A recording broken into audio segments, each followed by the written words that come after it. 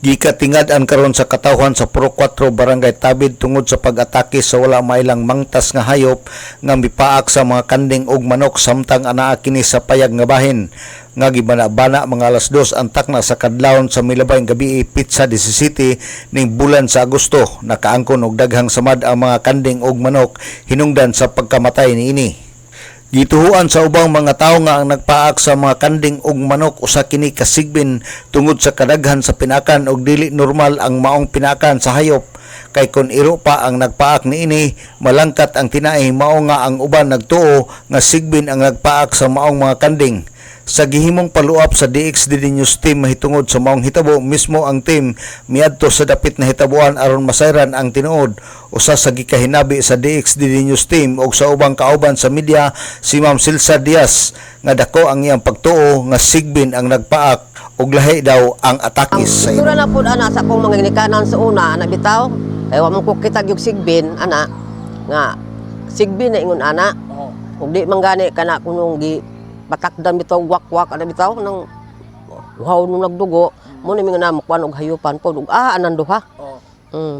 Ilang gipasangilan iro sa lang taon nimo sa paak dito sa imong kay namatay man imong kanding no. Ang kanding judicial. Sa ilang mga paak pagpaak mo ba na atake sa usa ka iro? Dili oy, ang atake sa iro yagyagon ba gyud. Kanang kanon bitaw gyud ang kaning ilahang gi kuan patay. Kato kay ang ani mura bitaw gi mura ana nalapa ba ana ba? Den ang liog ani daghang ani bang paak ani. Gipaak usa ba? Nato inato bitaw pulmahadong. Kasi o puta ka ko gikuha ang dugo kay wa mo pud magbanaw ang kanding. Dugo sa ato murag wala ni dugo no. Dayon muto nga ang iyang ani. Den ang iyang ani dapit ini ana mo. si Ma'am Silsa Diaz. Samtang si Elby Bernes usa sa mga tagya sa kanding nga gipaak, iyang gisaysay nga tungod sa kabanha sa mga iro iyang gipukaw ang iyang bana ug ilang giadto ang nahimutangan sa mga kanding mga alas 2 antak na sa kadlawon ug ilang nakita ang mga kanding nga daghan og sabad pinaakan ug tungod usab nga aduna siya nakita nga iro sa duol mao'y iyang pagtuo nga mao'y nagpaak sa maong mga kanding.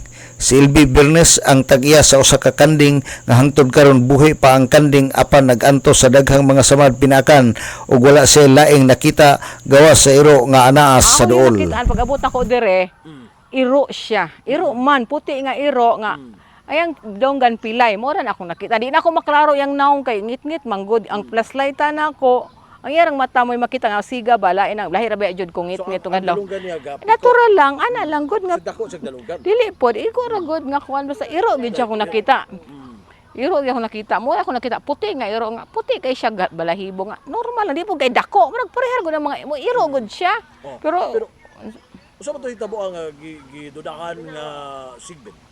Kana wa ko'y ka istorya ana kay wa mo ko kabalo anang sigbin istorya akong donggan wa ko kita ana dili ko ka comment ana unsa ni siya. Pero sa area nakita gid mo may paak ang ganto. Ay wala ko kakita nakita ko nagabuyod ng mga kanding. Dili nagtipon lahi-lahig area murag pangguyod ba ana. Pero ingon nakita kong ni paak wala ko kita ang iro ra ko nakitaan. Nabantayan ninyo kay nagtiyabawa ang mga kanding. Oo, nagtiyabaw mo mga kanding mo to namukaw ko sa kong pares nga.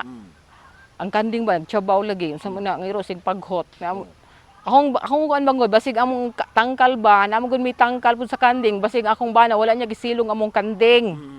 Pag naugan sa akong bana kay diri man day ang naghilak nga kanding. Si Elby Bernes sa kabayan usab ni Vice President Salvador Canlas ug kasamtangan nga barangay kapitan sa barangay Tabid nga nahinabi sa media ug sa DXDD News Team nga wala siya masayod sa maong hitabo kay wala man gi-report sa barangay ug katungdanan sa katawhan nga kun adunay mahitabo i-report sa barangay aron mahatagan og aksyon ug igong pagtagad ug wa usab siya nagtuo nga sigbin ang mipaak sa maong mga kanding. Hinuon dako ang iyang pagtuo nga mga iro ang naghimo niini tungod kay sa pagkakaroon daghan ang laaw nga mga iro ug iyang gilakwit ang City Ordinance nga gi-sponsoran ni Konsehal Cecil Co nga nagregulate sa mga iro ug iring nga timing kayo ang maong ordinansa aron mahipos ang mga laaw nga iro.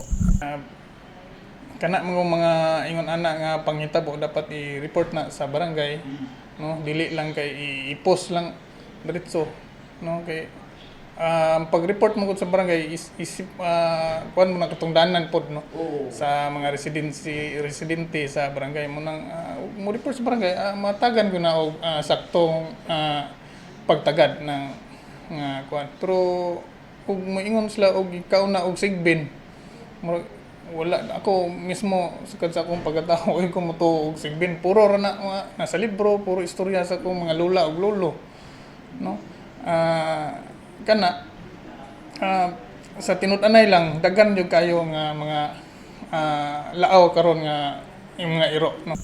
Si EBC President Salvador Canlas alang sa DXDD Radio Campana ang radyo sa simbahan Dubuli 45 Dudong Barcaminto uduyog si ka 75 nga jubileo sa simbahan sa Archdiocese sa Osamis Danag sa Dakbayan.